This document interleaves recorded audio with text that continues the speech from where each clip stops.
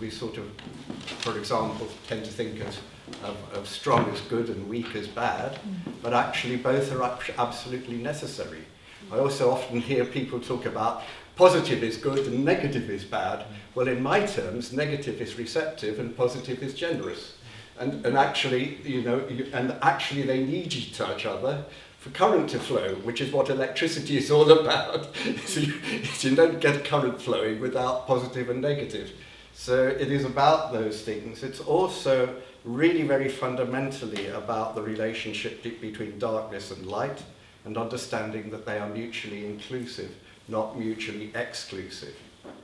Yep, so we've been brought up with a system of logic that splits apart what are actually essentially together. And as a result of that, we have alienated ourselves from one another and from our natural neighbourhood. And so what I'm trying to work towards is essentially reopening ourselves. I prefer to call it reopening ourselves, to our natural neighbourhood. Which is simply because actually even allowing it in and allowing us to be as we naturally are, then we understand our diversity, we understand our needfulness, and compassion flowers. Sustainable ways of life begin to develop. And we simply arrive at a very, very different way of thinking from that which is currently predominating and which is polarizing reality instead of understanding how each needs the other. Essentially, get away from the divisions between left and right, top and bottom, and all those sorts of things. They need each other. They can't exist without. And right at the heart of that is this relationship between space and matter, and essentially understanding that matter is a product of a co-creative relationship between the receptive spatial and the responsive energetic. Stillness and movement combined creates matter. It's very simple. And then, but what I what I wanted to ask Kay in relation to that, particularly with this idea that we might have a much more expanded idea of things in the natural world, but then I know there's been a lot of work being done for native species of trees, and the important work that's being done to improve the health of native species of trees by taking away non-native species, I think is one of the things. And I understand it's important, but I didn't know completely why. The native, non-native. Yeah. So after the last ice age, plants and species naturally recolonised areas of land that had been covered in glacier, and we were connected to Europe through this big land bridge because most of the water was held in ice at that time. And as the ice melted, so the land bridge eventually was subsumed, and we became an island. And only those species that made it over to our island now, before when it formed, are classed as native. And over time, that evolution allows those relationships between species to evolve, and they develop codependencies on each other. And it's not that non-natives are bad, but the problem is when you take a species out of its natural environment, where you've got it's controlled by disease, by its climate, by its own natural predators, and you put it somewhere else, sometimes there can be consequences. Some species quite happily coexist with other species, and some species will unfortunately go, this is great, I've got no natural predators and I'm going to just take over everywhere. And they become invasive. And the problem is that our evolution happens such massive timescales, yet human actions are very rapid, and certain our species are not adapted to cope with some of these species that get brought in. So take, for example, Himalayan balsam. Himalayan balsam is a beautiful plant out in the Himalaya. You plant it here and it just takes over riverbanks. And unfortunately, it outcompetes, because it's good at giving bees pollen, it outcompetes other species. But when you get the die-off in the winter, those plants die off and the banks are denuded and laid bare of any other vegetation. And that impacts on all the other species. So it isn't a kind of native, non-native in a horrible way, but there are certain non-natives that we try to control for the benefit of our own native species. And does that, and for carbon sequestration, you're looking for trees that grow at a faster rate, because but on a larger scale, I presume. Is it incompatible? Like what trees are being planted when they're looking at? Is it different types of trees rather than native trees though? Is it two different projects that are happening? Like one is carbon sequestration planting, and the other is like preservation of woodland and forest. It's two different things, or are they being done? And when you're planting a lot for carbon sequestration, does that also then reduce biodiversity? Well, it depends. It depends what you're planting. You can plant native woodland, and that will sequester some carbon, and it locks down carbon by actively locking it down within itself. And then you can lock that down further by using that wood and using the products from that and keeping that carbon and not releasing it back into the atmosphere. Softwood exotic conifers grow faster than a lot of native hardwoods. But they weren't put there originally for carbon sequestration, they were put in there for timber. So we were very denuded as a country. We cut down a lot of the trees to use, especially after the wars, particularly for the war efforts. And what they started planting were faster growing timber so that we would have a new quick timber resource in case something like that happened again. We need to stop killing people that were useful and stop, But, and non-native trees as well. And non-native like trees, Sitka spruce, yeah. And so they started cutting down a lot of the woodland that was there to use that wood, but then replanting with things like Sitka spruce that don't support our native species. They don't have the same interactions. They're very closed canopy, heavy needled, acidic, and they don't support the same biodiversity. But unfortunately, that biodiversity is what helps us have healthy soils and cleans our air and cleans our water. So we've got to understand how to, a bit of give and take.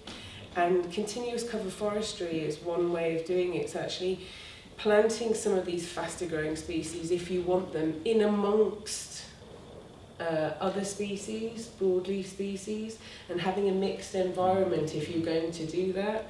Because also if you plant a lot of big monoculture crops, you get what you get with larch that happen with the Phytophthora that rage through larch, because there are no barriers between its passing it on, and so you've got a disease in a monoculture and it just kind of wipes it out.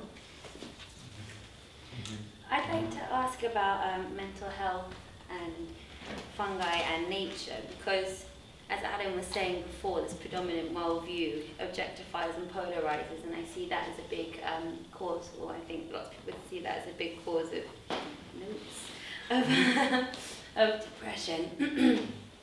And I've looked at studies about psilocybin being able to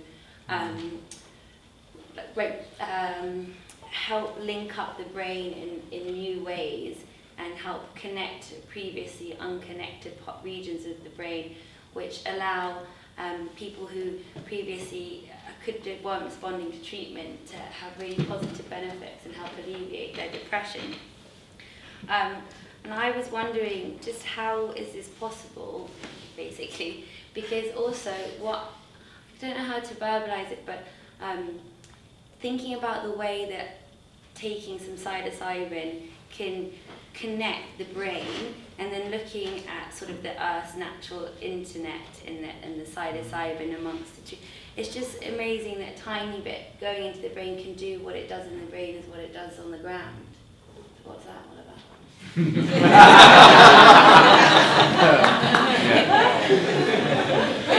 In a word.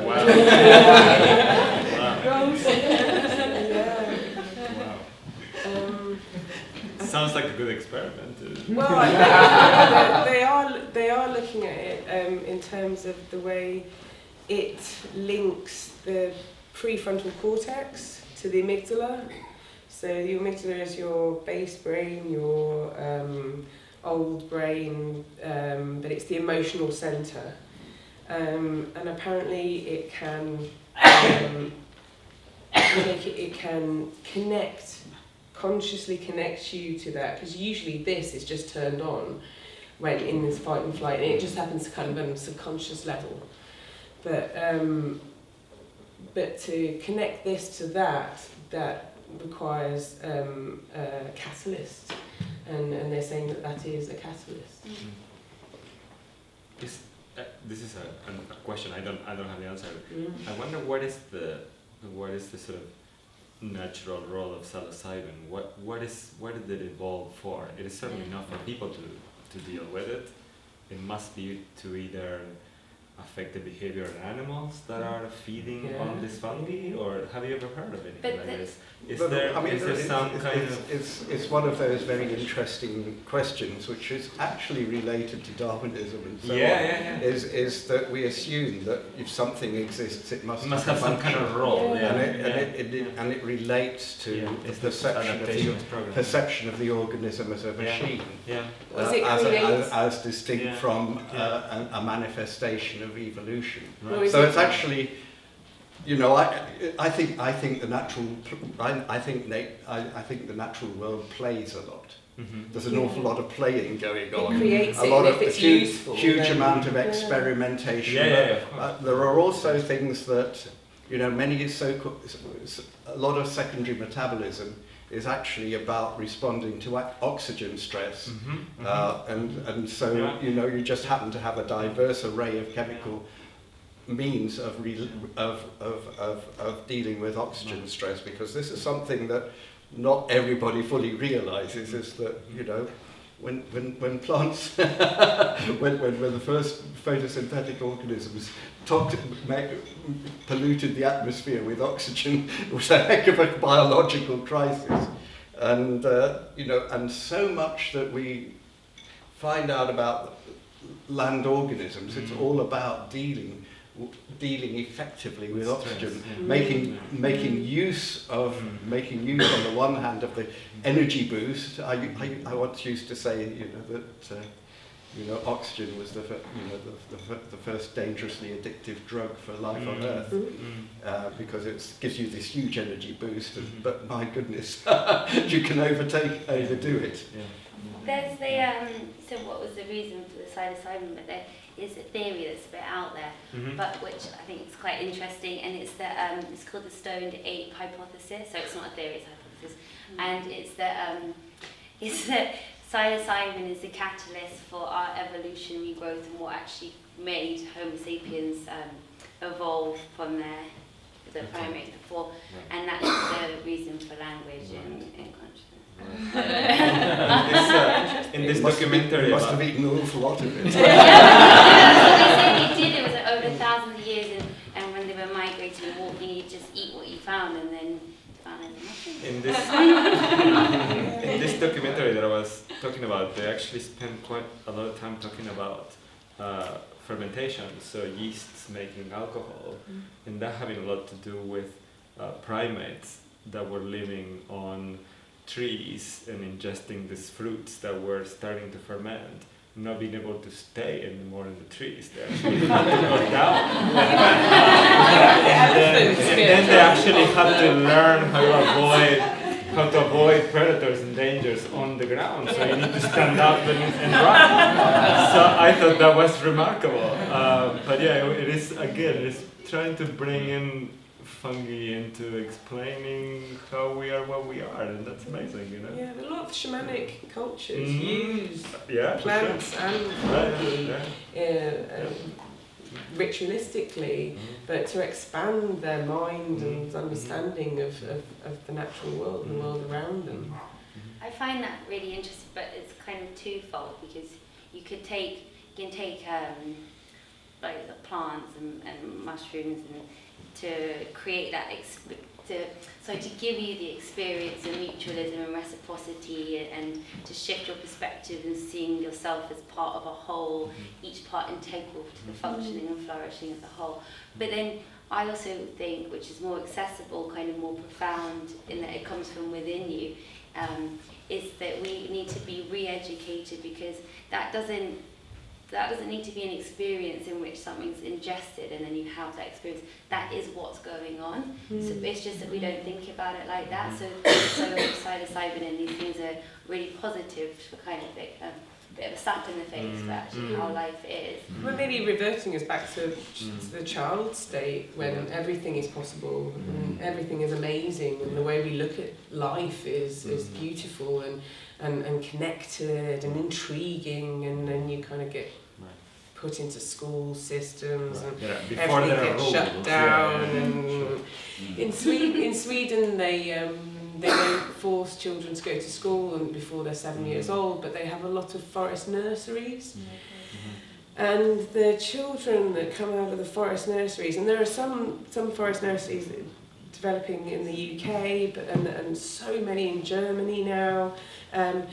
They're so much more emotionally and psychologically balanced and mature when they go to school. They're not in a box fighting over a toy that doesn't change or do anything that really interesting.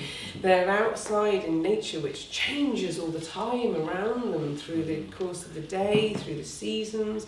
They're collaborating together because they've got to look after each other, you know, while they're working together to play, and they're creating stuff because they haven't been given loads of things to just play with. They have to create their own active play, and that's what we used to do when we were children. Probably building up their immunity as well. And building immunity, yeah. The idea that children shouldn't go out and put things in their mouths, and that's what kids do.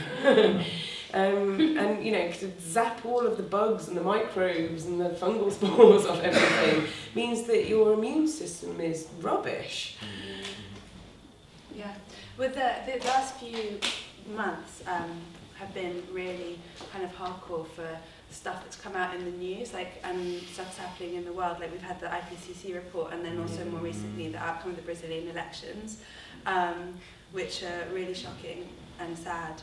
But then if we're trying to look positively at like things that can be done, I'm sure, and I've been reading a bit about biomimicry and all this work that's being done based in natural world, in symbiotic relationships and innovations that are coming through looking at that. And I was wondering if there's any that you're aware of, anything that's being done through looking at fungi or the trees or the relationships in the woodlands there, and work that could be done for taking carbon out of the atmosphere, or work on plastic and pollution and things like that. Well, they found fungi that are very plastic, haven't they? Yeah. Do you know about that?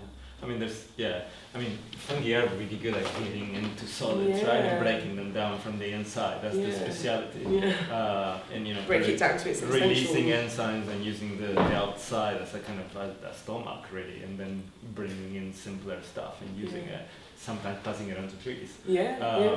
So you know, you can biodegrade just about anything, really, with using fungi. As long as we don't destroy them before we find out about them all. Right. I like this question, and I wanted to kind of turn it into the audience as well. And I'm not trying to play devil's advocate. It's just a statement. I'm not being judgmental here. But I've heard people in the kind of environmental community that there are many takes on this. But I've heard people seeing things like Brexit as an opportunity for environmental growth and development in the UK. And I found that quite surprising. And I was just trying to gauge what people think about that. Think about, getting rid of farming subsidies and things like that. But that can have a massive effect on how we deal with the environment. Okay, so there's an opinion right there. What are people's take on that? I mean, I'm not trying to be gratuitously controversial here, but I think it is the conversations that people like us should be having now. But to be honest, if you look at the way the option to leave gives us the opportunity to take back our agricultural system. And the Common Agricultural Policy, you can't have a Common Agricultural Policy for so many countries with so many different types of biomes and climates, and it's just crazy. And farmers are being driven to get money for things that are not good for our country. And they are working towards at the moment, and Wood and Trust are working with the government and others to try and put a new kind of agricultural policy together that pays farmers for public goods, which means that farmers are paid to look after the land. They genuinely are paid to be caretakers of the land for what the UK needs. How does the UK work? How does the UK, land need? What are its needs? Not just going for subsidies at this European level. And the EU is great in many ways, and it's given us a lot of things, but it's very hard to change it. And it's not, unfortunately, it's not one size fits all thing for nature. It doesn't work. I think that's how these policies were originally developed, not to lay land bare to just overgrowth, but to be available for this or that in each season when there's a need. But it was twisted. It's unfortunately been changed, I think, from what people originally, what the original kind of point of it was. But and because it's so very difficult to change things at that scale, it's easier to change things at this scale. And to be honest, nature needs us to change now. We need the change coming now. So it does give us this massive opportunity to do something better. I think, I say this as someone who works in the environmental NGO community for a long time and still do, and I'm a lawyer. Certainly in terms of environmental law, the EU has been fantastic and useful. Things like air quality, things like water framework directive. And the other thing is the environment doesn't see countries in that way. I mean, the air... Organisms don't care, There's no... So absolutely. In that respect, having actually a common continental policy, which has also driven change in other parts of the world, because if you have to comply to particular standards, you're just going to comply with them globally. So they have been... it has been really useful. In terms of the current political context, I think NGOs are trying to see it as what could be the opportunities, how could we get something better, but given where the government was and where, and I don't know about CAP, I can't speak about CAP, but in many, and in climate, UK's done reasonably well, but in every other area, it has just literally been dragged. I mean, I'm thinking of pesticides and bees and the moratorium and neonicotinoids, where the government was saying, look, there's no evidence, we don't have to do it. We don't have to do it. And was literally And that is the danger, by the European Scientific Agency to say, look, we work on the precautionary principle. If there's some evidence, we're not going to wait for things to go terribly wrong before we apply. I don't see the UK government applying any of not the current one to itself. But actually, historically, it's always been in those areas. The EU has been driving the government in the area of the environment. So in the right direction. In the right direction, right? So there, I do have concerns. I mean, I think I can see you have to see it as an opportunity, and you have to try and get stuff in. But what will happen? But who's going to hold the government to account now?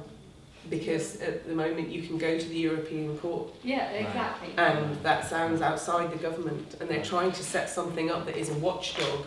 But unless that has teeth, unless that can hold government to account, government can just... I mean, this, you know, you can tell that forest monitoring is kind of close to my heart. In the UK, we used to have 10 sites that were being monitored, and now, due to austerity, we have just 5. And that essentially means we don't know what's changing. So you could have any kind of regulation you want, but if you don't have the right, you just can't, you know, well, it's kind of like going like this and seeing which way the wind blows. So I think I really like to have this kind of conversations, because I think it's really useful. I think it helps me think, actually. It's a lot of worry. But It's there's a lot going on. There's There's a lot going on right Everyone now. needs to get involved and say what they want. That's Not just let it happen. How do right we, now. so if there's opportunity and then also other things that go on, what can we do to support the movement for good in this? Look at what changes are going on, look at what NGOs are doing, and support those change and support them in those changes, and the more voices you have behind that, but also look at what's going on and get involved politically, get involved and at a local level, at your political level, and have a voice and go in there and say, when they have these meetings and stuff, go in there and say what you want to say, and local councils and just keep pushing that and keep pushing your voice out there. I'm really excited by Extinction Rebellion. Does anybody to go to the protest on Halloween? Sorry, because I got catch a train. But if anyone's not aware of it yet, they can have a look on Facebook. It's Extinction Rebellion, and they did. They're trying to hold the government to account, and they did the first protest on the 31st of October, and then they're doing lots of different things over the next 2 weeks or so. Thank you. Yeah. I won't go home tonight otherwise. Thank you. Thank you. Yeah, and then there's different protests you can attend. There's going to be a big one on the 12th or something. Does anyone in the audience have any questions they want to ask? Well, I want to ask you, but anyway, I put a question to you about the native and non-native, and I think it's quite problematic philosophically as well. And I would like to ask if we can find a different terminology, because many non-native species are really useful. We live here with avocados and bananas and every day. Are we going to survive on native grown food? No, never. So I think we should, but when it comes to ecology, there is this split, like you should plant only native species if you do nature conservation. But also conservation is a very problematic term because it comes from fascism traditionally and historically. So can we find a different terminology to see what is useful and what is not, rather than what is native and what is not?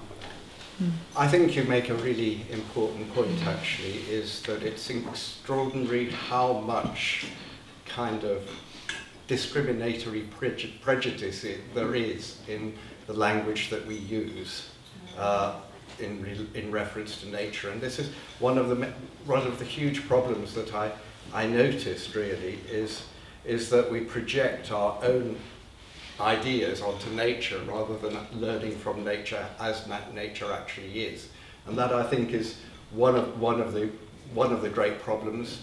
I mean, I once gave a talk in the Linnean Society, and I stood and faced at Darwin and said, he had a wonderful idea, which was to recognize the evolutionary kinship of all life. And he had a diabolical idea, which was that evolution occurs by natural selection or the preservation of favored races in the struggle for life. That is the actual title of the book. And we can immediately see that embedded in all that thinking is a projection of human mentality onto nature, and then seeing nature in those terms. And I think and that's one of the issues that I spent I have given a lot of thought to, in terms of developing quite different forms of language, more in tune with the natural view of the world. Natural inclusion I like to think of as nature's perception of nature. How would we actually imagine, how would we think about ourselves and how would we think about nature if we, and nature is essentially everywhere actually. It's quite important to recognize that nature is not just, the raw or the ideal, it's everywhere. But how, if we were to empathize with nature and put ourselves in that place, how would we see ourselves? How would we see nature itself? And would we ever have the idea that nature was an object that we could stand outside of? So there are lots and lots of issues that your question raises, and I can't answer them properly in a few moments, but I will recognize that this is something that I've given an awful lot of thought to, and I think we need to give a lot of thought to. The depiction of fungi as friends and foes, for example, books called Friends and Foes in Your Garden, or whatever it may be, is immediately setting up, a dichotomy. And that is the human problem, is we have imposed a false dichotomy onto nature, and that false dichotomy is imposing itself back on us and creating human conflict. That is the root of human conflict, is the imposition of a false dichotomy onto the natural world. And it arises out of a particular form of perception that isolates the self from the other. And instead of actually understanding that each naturally includes the other. So that's the essence of natural inclusion, is the idea of each including the other. Light includes darkness, darkness includes light. Those sorts of ideas, instead of splitting them apart in a polarity and then deciding you've got to go this way or that way. And essentially we're talking about the true way of the middle, which holds both, like in the mandala of Avicii Piscis, it holds both.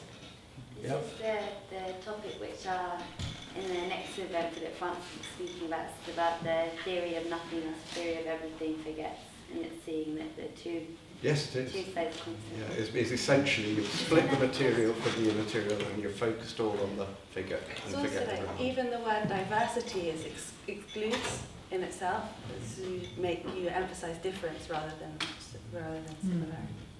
Indeed so. I just add to this in the science literature. I don't see native as much. What I see mainly is invasive and non-invasive, and I can't speak for Kay, but I think that's what she was leading into, and perhaps that's slightly less troubling. I work at Kew Gardens, and it's full of wonderful exotic plants that grow very happily in the British climate, which is very mild. Most of them are completely unable to establish from seed in the UK unless you really work hard to do it. So they are non-invasive. Yeah, there are some invasive species like Buddleia that gives, provides winter food for bees. Yeah, sure. But it's not to a problematic level where it displaces. Sure. Native Or species. the parakeets that fly all around London, and people love them.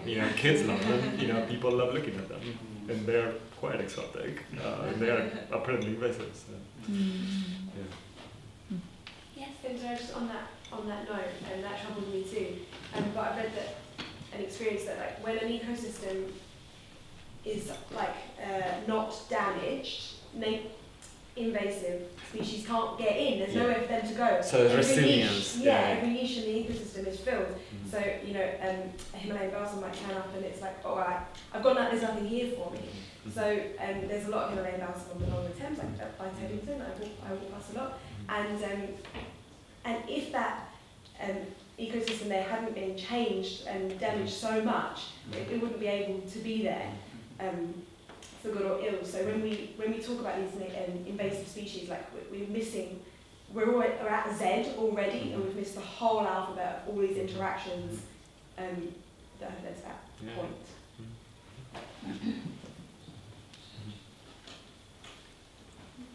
Well, I have a question about what you started your lecture from, that 50. I don't remember the number. At the beginning, it was just fungi on the dry land. Yeah. What did they fed on? Yeah. So, again, we don't know. But the idea is that what you had on land were unicellular algae. Yeah. So they were living in wetter places. so single-celled algae. Yeah. You would have had lots of bacteria, and you would have, smaller kinds of organisms. You would have yeast, for instance, and you probably had some filamentous fungi.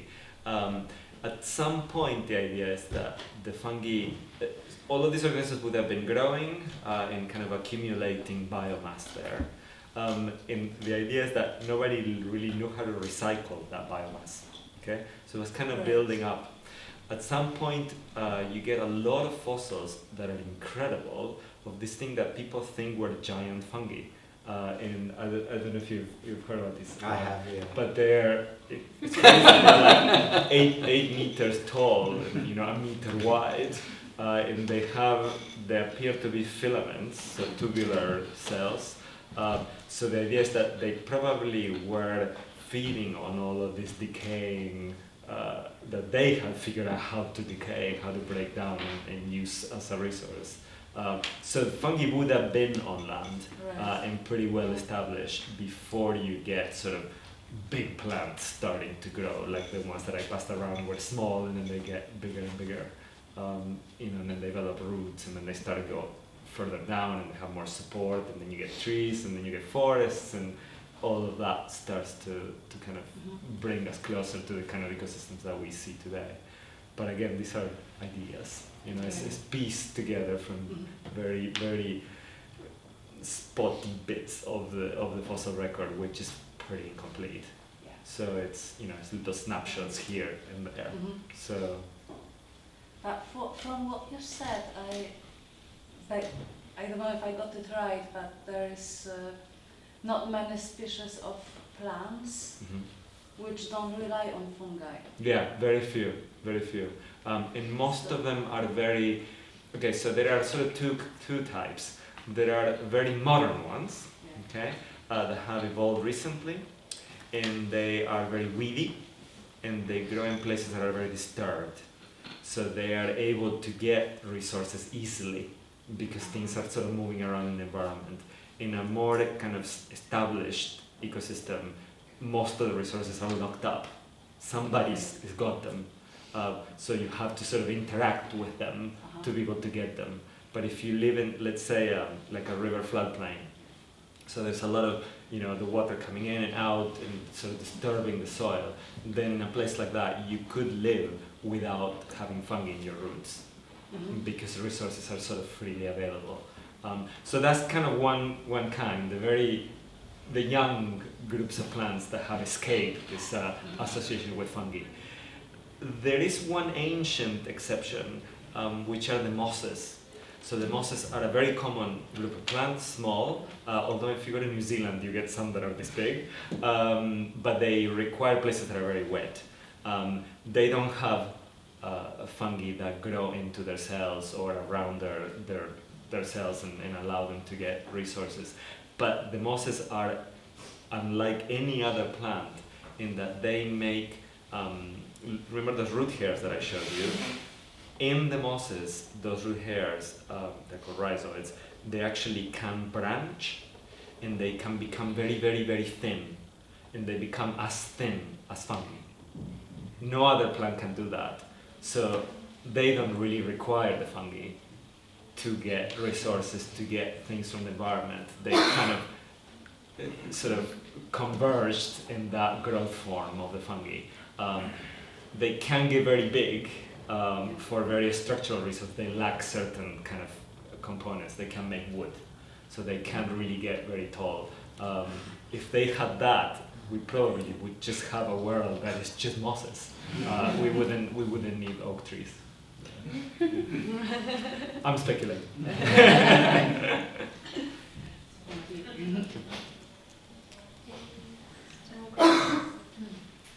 have a question about lichen.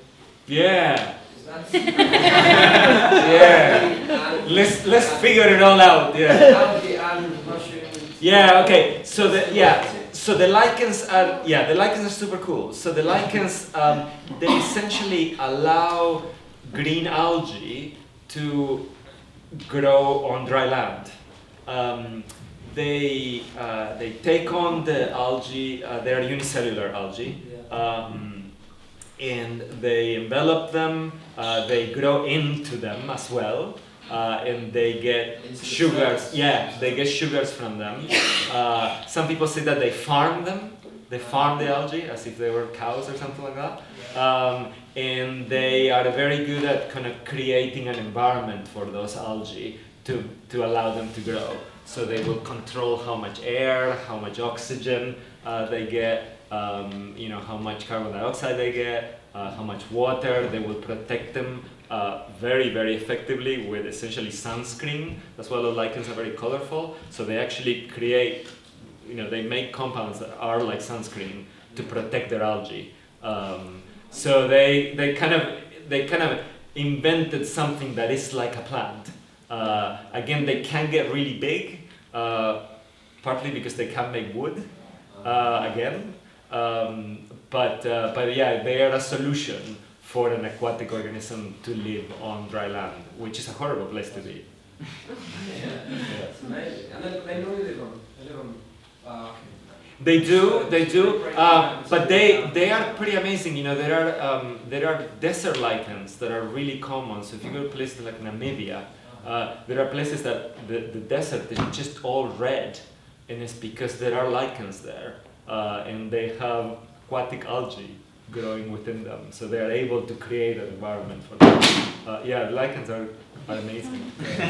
Are they breaking down? Are they breaking down the stone as well? Or Yeah, that's right. So just like all the other fungi, they are really good at releasing enzymes that break down complex molecules, and they can tunnel into stones even to get minerals out of them. The lichens can grow on a bare rock, which is a very aggressive, difficult place to live, but they can manage. They grow very slowly. Yeah. That's the trade-off. They grow very slowly, and they are extraordinarily sensitive to pollution. So there are very few weedy ones that you find in places like London, but they are a great indicator for when you have too much pollution. They're not there. They are the first to go. So, yeah, they're tough, but they can't cope with some of the things that we do. Any more questions? No? I guess we'll leave it there. Cool. Thank you so much. Thank you.